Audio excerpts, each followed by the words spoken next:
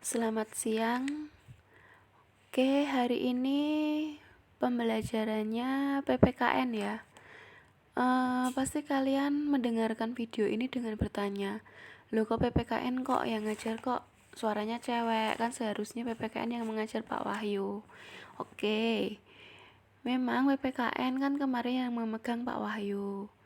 Berhubung Pak Wahyu sekarang lagi ada kendala, jadi saat ini PPKN pindah alih ke saya. Sebelum saya ke materi, sebaiknya kita perkenalan dulu ya. Perkenalkan, nama saya Frida. Mungkin dari kalian semua udah ada yang kenal dengan saya. Kayaknya ya, kalau nggak salah, itu kita pernah bertemu di waktu kelas 10 ya, setengah semester. Mungkin ada yang masih ingat gitu. Terus siapa tahu nanti kita ketemu di jalan, kita bisa saling menyapa. Jadi saat ini PPKN yang memegang saya. Salam dari saya untuk kalian semua. Meskipun kita belum bisa tatap muka, tapi kita masih bisa melakukan pembelajaran online. Semoga saja kita nanti bisa melakukan tatap muka sehingga kita bisa pembelajaran bersama-sama lagi di sekolah kayak biasanya ya. Berdoa aja kalau pandemi ini cepat berlalu gitu. Oke, gitu aja sih perkenalan singkatnya ya. Sekali lagi salam dari saya untuk kalian. Semoga kita nanti bisa bersama-sama, saling kerjasama, saling belajar bersama-sama. Oke, itu. Oh ya, terus lagi ini kan materinya saya upload di YouTube. Nah, itu untuk hemat kuota kalian, maka kalian lebih baik mendownloadnya. Mendownload, terus kalau sudah didownloadkan nanti otomatis akan tersimpan. Nah, nanti suatu saat kalau kalian mau belajar tinggal diputar lagi. Bisa juga kalian belajar di LKS, kan kalian juga memegang LKS. Bisa juga kalau mau yang dicatat ya silahkan dicatat. Catatlah poin-poin yang kalian anggap penting. Karena kalian udah kelas 3, jadi udah nggak harus ngandelin guru. Kalian juga harus mandiri ya, karena kan sekarang kurikulumnya udah K13. Jadi guru hanya mengantarkan atau membimbing, terus yang aktif itu harus siswanya. Jadi di sini siswa dituntut untuk aktif, enggak menggantungkan guru. Apalagi ini sistemnya online. Jadi kan kalau online ini lebih rumit lagi karena setiap penangkapan siswa dengan siswa lain itu berbeda-beda. Ada yang langsung cepet nangkep, ada yang maaf lambat untuk menangkap gitu. Jadi kita dituntut untuk mandiri. Jadi sekali lagi jangan hanya mengandalkan guru, tapi kalian juga harus berpikir kritis ya, karena kalian udah kelas 3. Terus bentar lagi kalian juga akan ujian terus masuk ke SMA. Gitu sih ya pesan dari saya untuk pembukaan di pertemuan pertama ini. Oke? Oke, kalau gitu hari ini kita nanti akan belajar tentang dinamika perwujudan Pancasila sebagai dasar negara dan pandangan hidup. Nah, di sini nanti kita akan belajar tentang konsep penerapan Pancasila dan penerapan Pancasila dari masa ke masa. Nah, di sini kita pindah slide dulu ya. Di sini itu Pancasila merupakan sumber dasar negara Kesatuan Republik Indonesia. Nah, Pancasila ini dirumuskan oleh tokoh pendiri negara melalui apa? Melalui proses yang panjang. Salah satunya melalui proses mereka rela berkorban untuk memerdekakan negara kita. Nah, kan di kelas 10 sama kelas 2 kok 10, sorry. Di kelas 7 sama kelas 8 kalian kan sudah belajar tuh tentang PPKI dan BPUPKI. Nah, di sini ada yang ingat nggak Pancasila disahkan atau diresmikan oleh siapa dan pada tanggal berapa? Yo, ada yang ingat nggak? Oke, jadi Pancasila di sini itu diresmikan pada tanggal 18 Agustus 1945. Yang meresmikan siapa? Yang meresmikan atau mengesahkan itu PPKI. Nah, dalam peresmian itu PPKI tidak hanya meresmikan Pancasila, tapi PPKI juga meresmikan atau mengesahkan pembukuan Undang-Undang Dasar 1945. Jadi, di tanggal 18 Agustus 1945 setelah kemerdekaan, maka PPKI ini mengesahkan Pancasila sama mengesahkan Undang-Undang Dasar 1945 gitu. Terus Pancasila juga merupakan landasan. Landasannya siapa? Landasannya Negara Kesatuan Republik Indonesia. Enggak hanya sebagai landasan saja, tetapi juga sebagai sumber kaidah hukum yang mengatur kehidupan bangsa Indonesia. Jadi gitu. Jadi Pancasila di sini itu sebagai landasan atau kaidah hukum yang digunakan untuk mengatur kehidupan bangsa Indonesia. Terus Pancasila diresmikan oleh PPKI pada tanggal 18 Agustus 1945. Tuh. Nah, dalam Pancasila ini itu juga ada namanya konsep penerapan Pancasila. Nah, dalam konsep ini Pancasila ini itu dikatakan sebagai ideologi bangsa. Jadi, Pancasila di sini itu tidak dapat diubah. Kenapa kok dikatakan tidak dapat diubah? Karena kandungan isi Pancasila ini itu sudah sesuai dengan kepribadian masyarakat. Nah, terus apa aja sih penerapan dalam Pancasila? Nah, di sini kalian cermati tuh. Penerapan dalam Pancasila itu ada 5 penerapan ya. Penerapan sila pertama, penerapan sila kedua, penerapan sila ketiga, terus penerapan sila keempat, dan penerapan sila kelima. Nah, kita bahas satu persatu. Secara tidak langsung kalau kalian melihat tuh lambang negara kita kan burung Garuda. Nah, kira-kira kalian tahu nggak kenapa kok lambang negara Indonesia ini lambang burung Garuda? Kenapa nggak lambang burungnya burung merpati atau burung merak atau burung kenari gitu? Kenapa harus lambang burung Garuda? Karena di sini itu burung Garuda ini tuh merupakan kalau burung ini tuh gagah, kuat dan perkasa. Jadi burung Garuda di sini itu melambangkan kalau negara Indonesia itu negara yang kuat dan negara yang kokoh. Seperti itu. Itu adalah salah satu kenapa kok lambang negara kita lambang burung Garuda. Nah, kalau kalian lihat di lambang burung Garuda itu kan pasti ada lambang-lambangnya ya. Kayak ada rantai, bintang, terus pohon beringin, terus apa itu kepala banteng, padi dan kapas. Nah, itu kan itu tergantung dari sila-silanya ya. Kalau kalian lihat terus sebenarnya itu sudah umum sih ya. Kalian juga sudah tahu karena di sejak SD itu kalian kan sudah diajari ya. Nah, kita langsung bahas ke yang pertama ya, penerapan sila pertama. Nah, dalam sila pertama ini itu kan bunyinya ketuhanan yang Maha Esa. Nah, dalam sila pertama ini itu dilambangkan dengan lambang bintang. Kenapa kok dilambangkan dengan lambang bintang?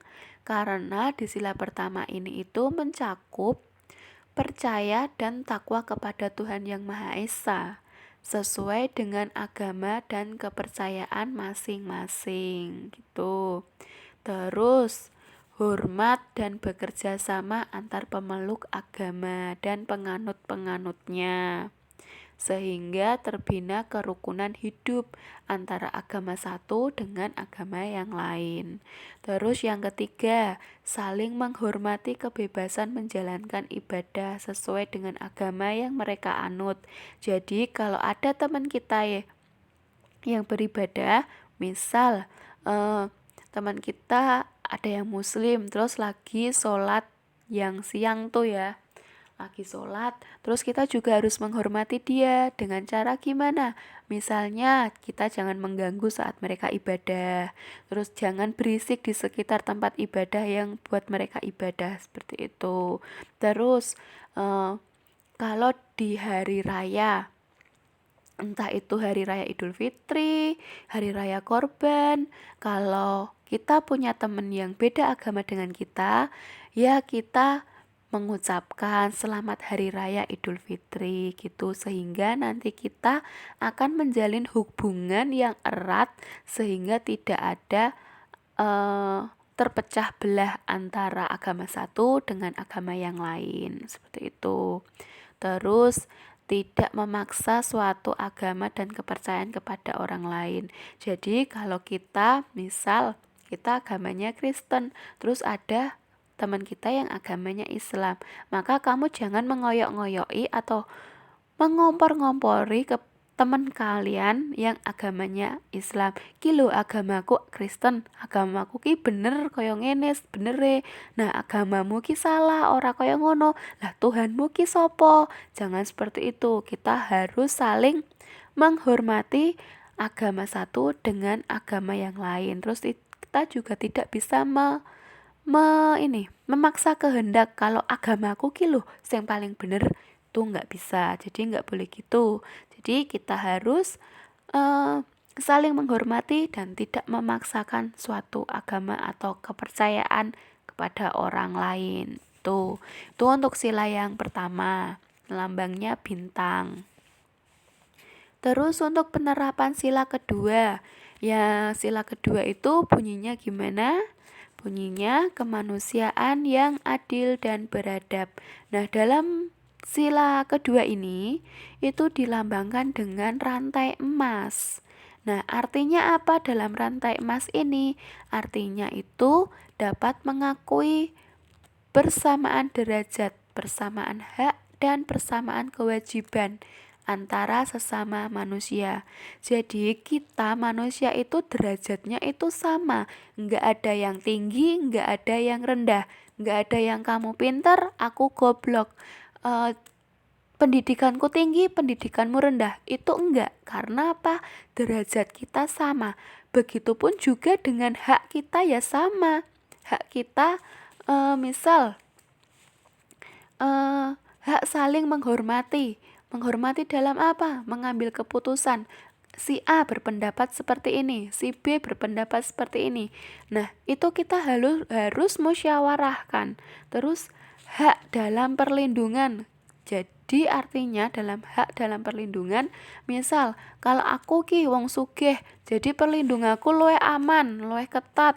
Kowe wong cilik, perlindunganmu biasa wae diajukan, itu enggak. Jadi hak dapat perlindungan kita harus sama, entah itu kaya, miskin, pangkatnya tinggi, pangkat rendah, itu enggak. Jadi hak kita sama, kita itu derajatnya sama gitu. Terus kewajiban kita juga sama antar sesama manusia, yaitu saling menghormati satu dengan yang lain seperti itu. Terus saling mencintai sesama manusia. Terus mengembangkan sikap tanggung rasa. Terus tidak semena-mena terhadap orang lain. Nah, kayak tadi, mentang-mentang aku bos, maaf ya ini ya. Mentang-mentang aku bos, kue wong cilik, kue pembantu nek omahku, misal kayak gitu. Jadi aku seenakku melakukan eh, yang aku mau gitu. Itu enggak, jadi enggak gitu. Kita harus saling menghormati. Kalau misal si A bosnya, si B pembantunya, ya diperlakukan dengan baik. Terus misal juga dalam memimpin rapat nih, nggak bisa semena-menanya. Ki pendapatku koyo ngene, kudu harus diakui, harus diterima. Pendapatku ki loh paling bener. Oh itu enggak, jadi kita enggak boleh semena-mena gitu. Oke, terus selanjutnya menjunjung tinggi nilai kemanusiaan. Terus gemar melakukan kegiatan kemanusiaan, berani membela kebenaran dan keadilan. Nah, kalau memang si A ini salah, ya udah dikatakan salah. Kalau memang si A ini harus diberi hukuman, ya udah diberi hukuman sesuai dengan aturan.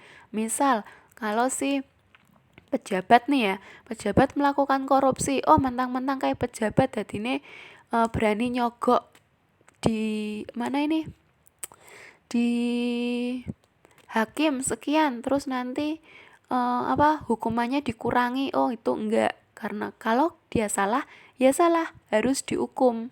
Terus dihukumnya harus sesuai dengan undang-undang pasal berapa yang telah ditentukan, seperti itu. Terus untuk penerapan sila ketiga. Nah, sila ketiga ini isinya apa? Isinya itu Persatuan Indonesia. Nah, dalam sila ketiga ini dilambangkan dengan pohon beringin. Nah, artinya dalam pohon beringin ini itu menetapkan persatuan kesatuan, kepentingan dan keselamatan bangsa dan negara di atas kepentingan pribadi atau golongan. Jadi kita enggak boleh mementingkan kepentingan pribadi kita, tetapi kita juga harus memperhatikan eh, kepentingan bersama dengan adanya persatuan dan kesatuan.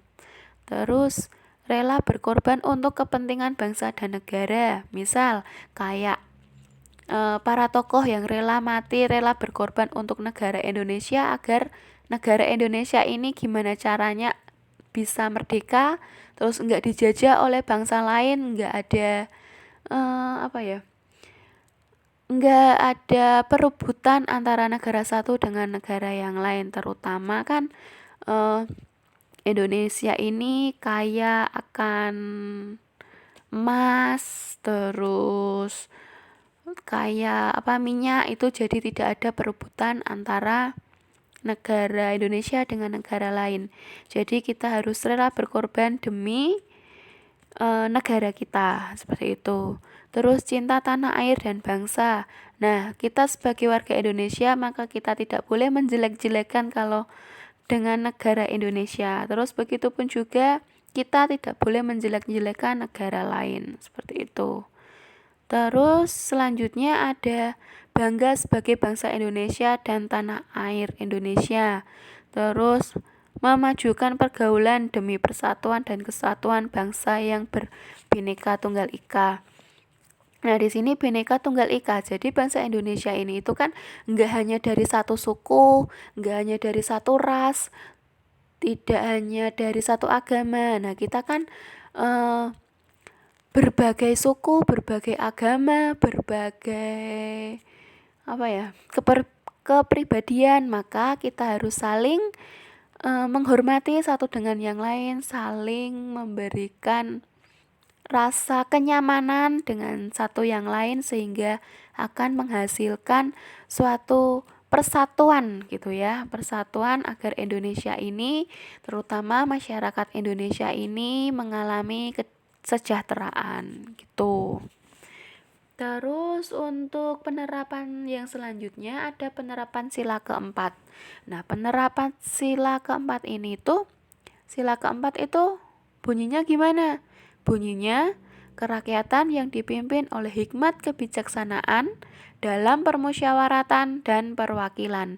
Nah, dalam sila keempat ini itu dilambangkan dengan lambang kepala banteng. Artinya, mengutamakan kepentingan negara dan masyarakat. Terus, tidak memaksa kehendak orang lain. Sudah saya sampaikan di atas. Jadi kita kalau punya pendapat atau kita punya keinginan, jadi jangan memaksakan kehendak kita sendiri. Jangan gimana ya? Jangan ngojok-ngojoki kalau iki loh pendapatku yang bener, kue kudu melu aku. Itu jangan seperti itu. Karena pendapat kita belum tentu benar atau belum tentu diterima di orang lain. Seperti itu. Terus mengutamakan musyawarah dalam mengambil keputusan untuk kepentingan bersama. Nah, tadi kalau kita mengusulkan ini pendapatku seperti ini, pendapatmu seperti ini, terus nanti pendapatnya si C seperti ini. Nah, kita musyawarahkan, terus nanti gimana hasilnya, maka kita disepakati oleh bersama-sama. Enggak bisa keputusan itu ditentukan oleh satu pihak. Belum tentu juga keputusan ini akan membenarkan ya. Kok membenarkan? Membenarkan, belum tentu keputusan kita itu membenarkan atau diterima oleh pihak lain gitu. Terus musyawarah untuk mencapai mufakat diliputi oleh semangat kekeluargaan. Terus tidak diikat baik dan tanggung jawab menerima serta melaksanakan hasil keputusan musyawarah. Jadi hasil musyawarah kita itu harus disetujui oleh bersama. Semisal kalau kita dalam rapat nih ya, misal dalam rapat ada pendapat A, B, C, terus nanti kita buat suatu keputusan disepakati oleh bersama. Misal saya tidak setuju dengan bukan tidak setuju ya, saya masih tidak sreg dengan keputusan itu, tapi ya gimana gimana lagi, karena itu sudah keputusan bersama dan bersama sudah mengiyakan, mau nggak mau saya harus mengikuti keputusan itu. Jadi kita harus lapang dada mengikuti keputusan itu, tapi dengan catatan keputusan itu harus harus disepakati oleh bersama-sama, enggak disepakati oleh satu pihak saja. Seperti itu. Terus musyawarah dilakukan dengan akal sehat dan sesuai dengan hati nurani yang luhur. Nah, saat kita menyampaikan pendapat, maka kita harus didasari dengan akal sehat atau sopan. Nah, pendapat kita itu harus dicermati.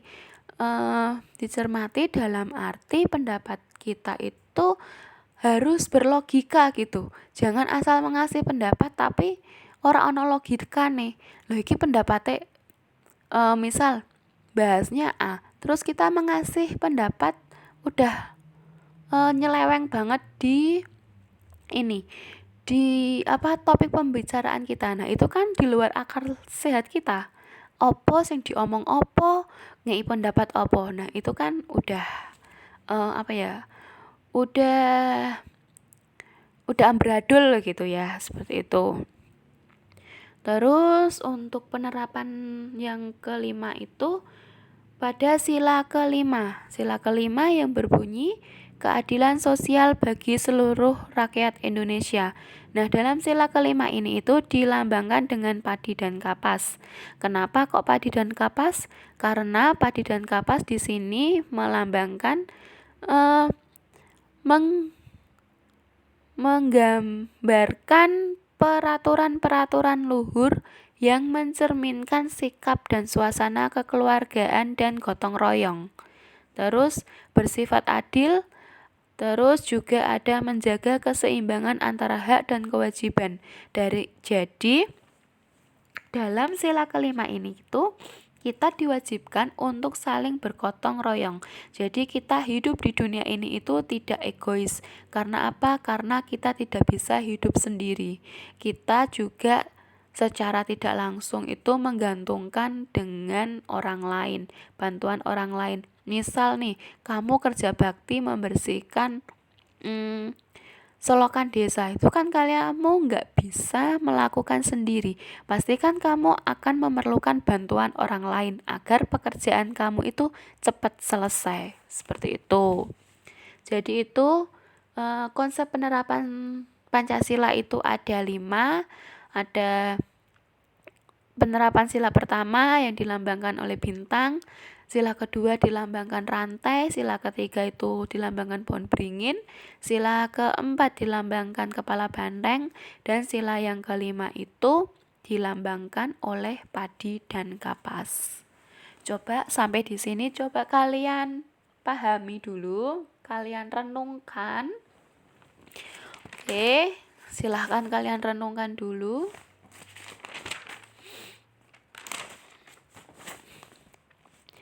Oke, kalau nggak ada, kita lanjut ke slide selanjutnya ya.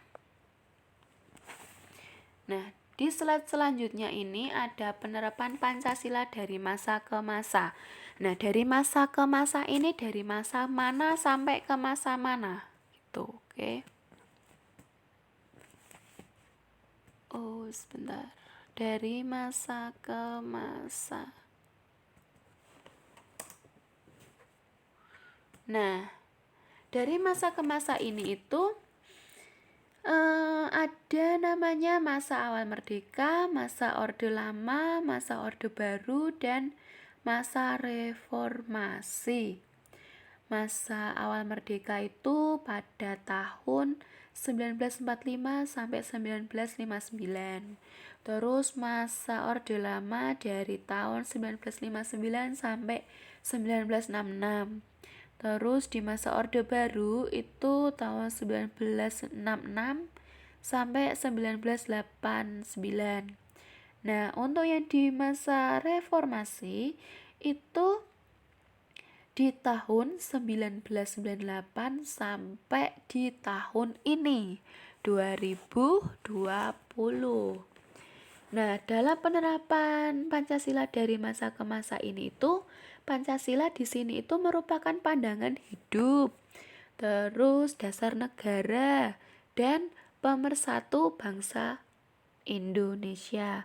Karena di sini bangsa Indonesia itu bangsa yang beraneka ragam, keragaman suku, agama, bahasa daerah, adat istiadat, kebiasaan budaya, serta warna kulit pun itu berbeda-beda. Nah, dengan adanya berbeda-bedaan itu tadi, maka akan menimbulkan suatu pemersatuan. Nah, di sini nilai-nilai Pancasila itu juga berpengaruh. Kenapa kok berpengaruh? Karena nilai-nilai Pancasila ini merupakan segi kehidupan bagi masyarakat di Indonesia. Jadi Pancasila ini sebagai konteks masyarakat bangsa Indonesia yang beraneka ragam dengan wilayah yang luas gitu. Juga Pancasila di sini dikatakan sebagai ideologi dasar negara. Seperti itu. Nah, dari penjelasan tadi maka diketahuilah penerapan Pancasila tadi dari masa awal merdeka sampai ke masa reformasi atau sampai masa kini gitu.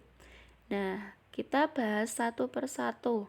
Kita bahas dulu dari masa awal merdeka itu pada tahun 1945 sampai 1959.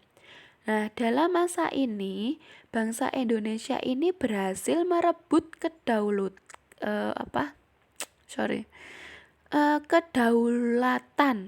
ya, dan berhasil mendirikan negara ini tuh sebagai negara merdeka. Tapi dalam perjuangan ini itu belum selesai gitu, belum sampai di sini saja. Masih ada perjuangan selanjutnya. Nah, perjuangan ini itu justru baru bisa dikatakan bahwa perjuangan baru dimulai. Seperti itu. Nah, untuk di masa awal merdeka ini, penerapan Pancasila pada periode ini itu menghadapi berbagai masalah. Masalahnya apa? Kenapa kok ada berbagai masalah? Karena di sini itu ada upaya yang bertujuan untuk mengganti Pancasila sebagai dasar negara gitu. Nah, tadi kan dikatakan sebagai upaya. Nah, upayanya ini apa sih kok dilakukan untuk penggantian Pancasila? Upayanya itu yang pertama ada pemberontakan Partai Komunis Indonesia atau PKI. Terus pemberontakan Darul Islam atau Tentara Islam Indonesia. Yang ketiga, pemberontakan Republik Maluku Selatan atau RMS. Terus untuk yang selanjutnya itu ada penerimaan Republik Indonesia PRRI atau Perjuangan Rakyat Sementara. Terus untuk upaya yang selanjutnya itu ada Angkatan Perang Ratu Adil. Terus ada penerapan bentuk negara dari RIS atau Republik Indonesia Serikat yang sekarang menjadi NKRI, Negara Kesatuan Republik Indonesia.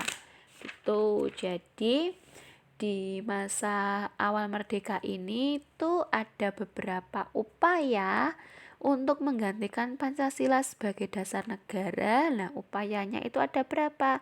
Upayanya ada 2, 3, 4, 5, 6. Ada 6 upaya.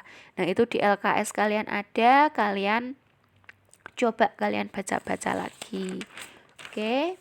Terus selanjutnya ini pada masa Orde Lama 1959 sampai 1966.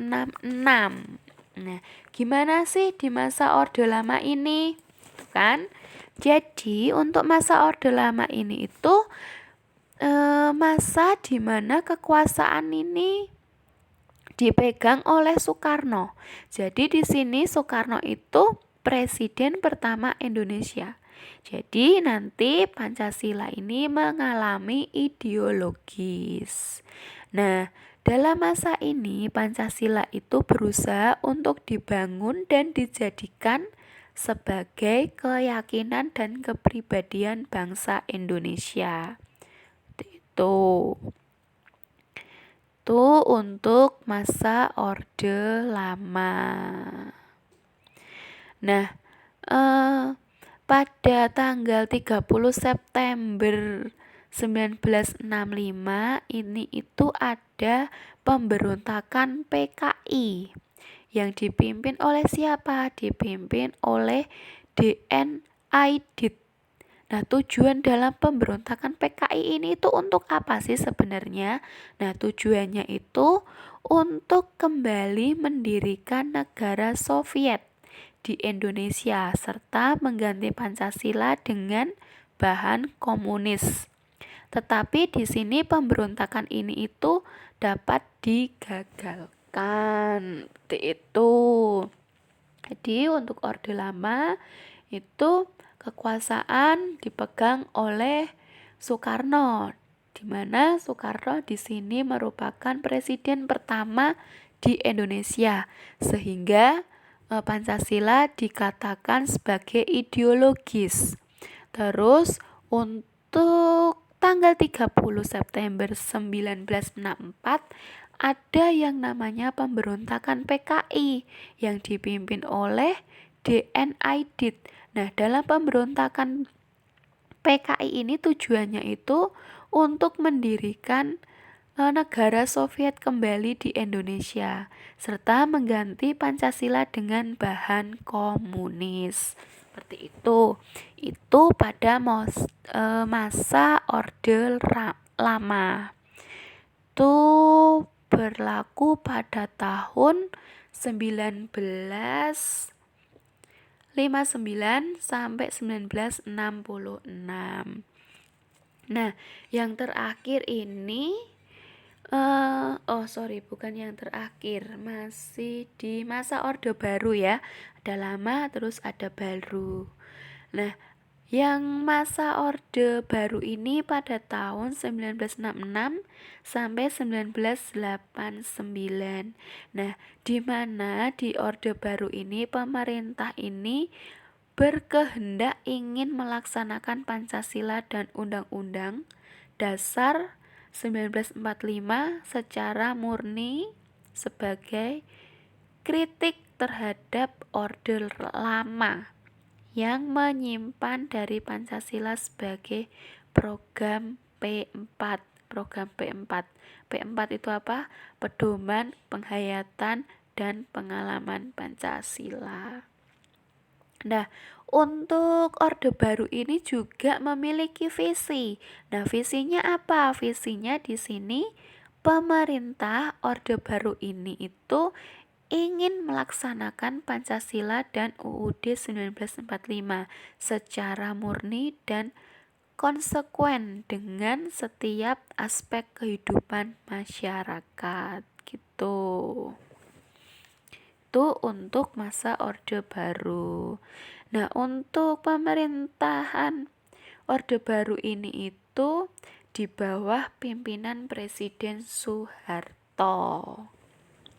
Kalau yang Orde Lama tadi Soekarno, yang Orde Baru ini Soeharto.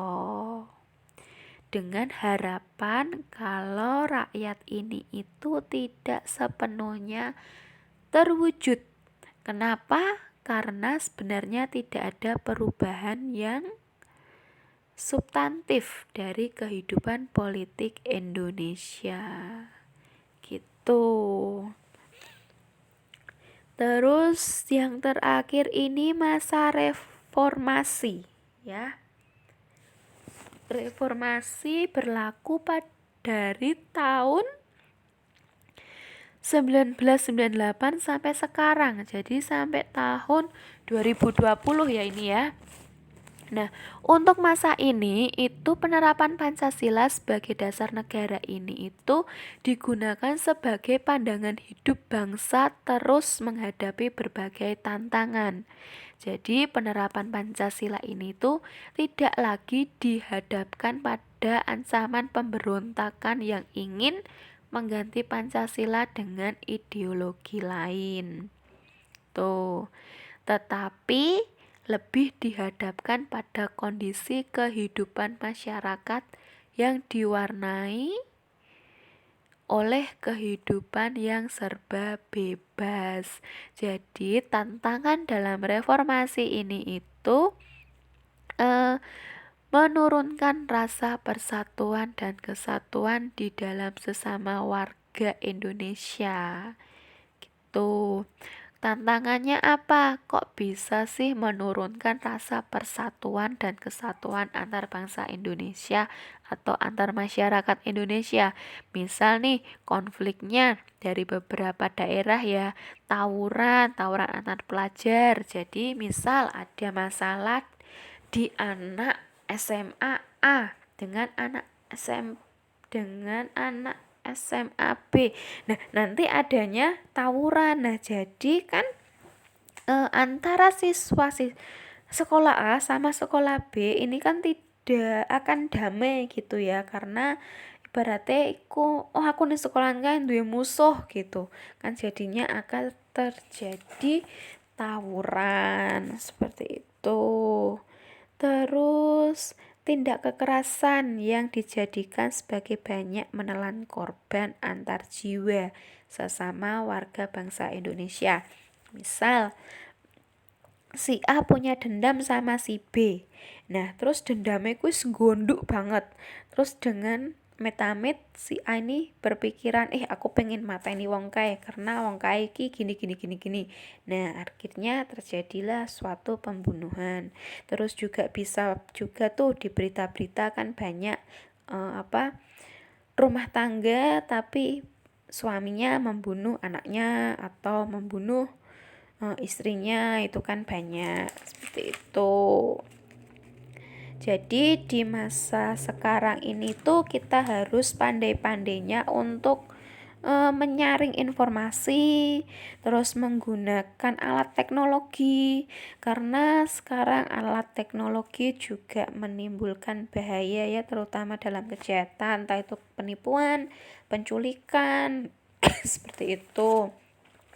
Jadi tinggal pinter-pinternya kita dalam menyikapi kehidupan di masa sekarang, seperti itu. Tuh untuk dinamika. Jadi hari ini kita sudah belajar tentang 2 poin. Yang pertama itu kita belajar tentang konsep penerapan Pancasila. Terus yang kedua kita belajar tentang penerapan Pancasila dari masa ke masa. Dari masa apa? Masa awal merdeka sampai masa sekarang. Tuh, coba kalian pahami. Di sini juga saya ambil dari LKS yang kalian pegang atau kalian jadikan sebagai acuan. Jadi itu bisa dibaca lagi gitu. Terus untuk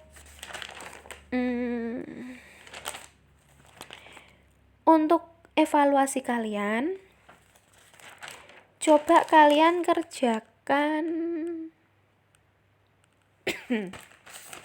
nih. Coba kalian kerjakan poin B di halaman 9. Kalian kerjakan LKS kalian halaman 9 poin B. Di situ diminta mencari informasi dari buku, majalah atau internet mengenai Pancasila dari masa ke masa. Terus hambatan dan tantangan yang dihadapinya itu apa? Nah, itu kalian kerjakan di folio, kalian tulis rapi. Jangan lupa kasih nama dengan kelas. Terus pengumpulannya kalian tolong kumpulkan di mejanya Pak Wahyu. Untuk batas evaluasi ini paling lambat saya kasih waktu 1 minggu. Oke. Jadi kalau hari ini tanggal 7, berarti 1 minggunya nanti tanggal 14. Nah, batas pengumpulannya nanti tanggal hari Jumat tanggal 14 2020 di meja Pak Wahyu. Kalau Senin mau ngumpulkan atau Selasa mau ngumpulkan, itu malah lebih bagus karena lebih cepat kalian mengerjakan, lebih bagus karena kan nanti tugas kalian nggak akan numpuk-numpuk gitu. Oke, jadi pertemuan kita sampai di sini saja. Kita kembali nanti di pertemuan selanjutnya. Oke, kita tetap semangat dalam belajar. Meskipun kita online, tapi kita harus tetap semangat belajarnya. Jangan jangan malas-malasan untuk belajar karena ini itu gimana ya, karena situasi kayak gini jadi kita nggak tahu ya kita bisa kembali ke sekolah kapan gitu ya. Jadi kita harus pintar-pintar membagi waktu gitu ya. Oke, sampai di sini kita lanjutkan untuk pertemuan selanjutnya di minggu depan. Oke, terus semangat, tetap jaga kesehatan, tetap di rumah aja dulu, jangan pergi main-main gitu ya, karena di luar masih masih rawan, apalagi ini Jepara masih tinggi ya, masih termasuk zona merah. Oke, saya tutup pembelajaran hari ini. Selamat siang.